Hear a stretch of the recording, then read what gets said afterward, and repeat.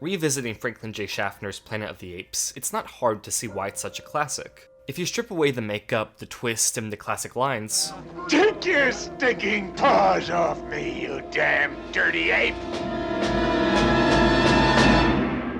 you still have a rock-solid piece of science fiction storytelling. What the best science fiction does is that it takes existing conflicts and ideas in our everyday lives and then exaggerates them, challenging our preconceived ideas and then taking them to their logical conclusion. Planet of the Apes, of course, does this by flipping the relationship between humans and primates, presenting a world where apes live in a civilized society, whereas the humans are savage animals. By presenting this distorted reality, it allows us to look at these conflicts from a different angle, looking past the physical aspects and focusing purely on the merits of their character. To thoroughly explain these concepts, the film needs a strong audience surrogate, played here by the great Charlton Heston. This role is important since it gives the audience something to ground the world in, and also providing a viewpoint that ensures that we are always engaged in the story. If you look at more recent science fiction films like District 9 or Avatar, they have taken this to another level, having the protagonist transform into the new species while remaining the audience POV. The perspective in which the storyline is told through is one of the most crucial aspects when designing a film,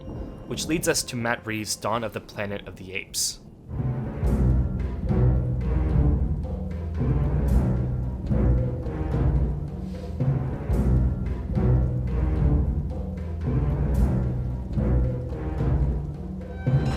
Like the previously mentioned Avatar and District 9, Dawn centers on the conflict between man and creature. In this case, the motion capture apes brought brilliantly to life by Weta Digital. The character Malcolm, played here by Jason Clarke, has all of the ingredients of an audience surrogate. He's the first to discover the ape colony, he's the one who bridges the gap between both civilizations, and in the film's final battle, he sides with the apes going against his peers. However, this film is not Malcolm's story. As the opening and closing shots make explicitly clear, this film belongs to Caesar. Being the middle chapter in a trilogy, this film can build off of its predecessor Rise, which started through a human lens but gradually transitioned towards the apes that define these movies. The apes here take center stage, as we witness firsthand how they hunt, communicate, and live their everyday lives. We only meet the humans when they cross into the apes' territory, posing as a threat.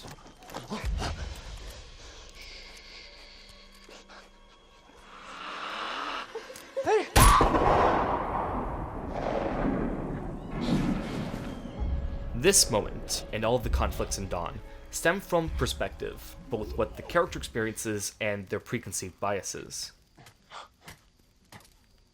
Human. What? Human. What? Human. What? Human work. A lot of the success of the film hinges on Koba, the antagonist of the picture and arguably its most interesting character. Despite his ugly design, Koba is introduced as a sympathetic character, with his first character beat being him saving our protagonist. The divide that occurs between him and Caesar stems from their different perspectives on humans and how they should handle them. This divide already creates a strong conflict, but it is escalated by what Koba experiences. Witnessing firsthand the humans preparing for war, along with Caesar helping the humans behind his back, bring out the worst of his character. Caesar love humans more than apes.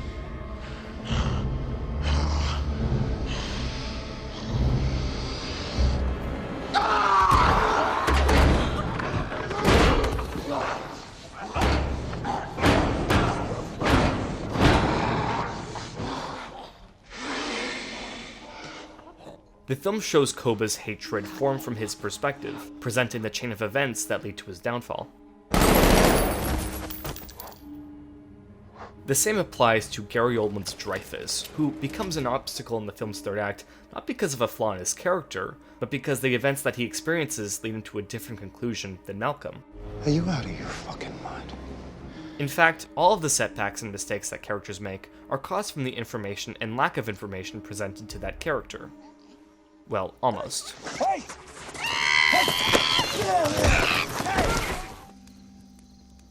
I'm the asshole. I think what makes Dawn so resonant is that it's a war film where neither side wants war. Said no. Every conflict and act of violence is merely a reaction to a chance encounter, one that escalates way out of hand. The war that takes up the latter half of the film occurs when Koba frames an attack on the ape village, seemingly killing Caesar and making humans the enemy. More than any other blockbuster, Dawn embodies the horrors of war, showing both perspectives of the battle. We're not rooting for one side in particular, we're just hoping that the characters that we care for survive what we all knew was inevitable.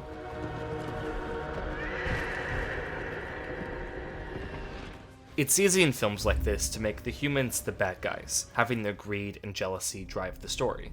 Dawn is instead driven by fear and hatred, with Caesar's arc being his realization that apes can be just as bad as humans. Not human.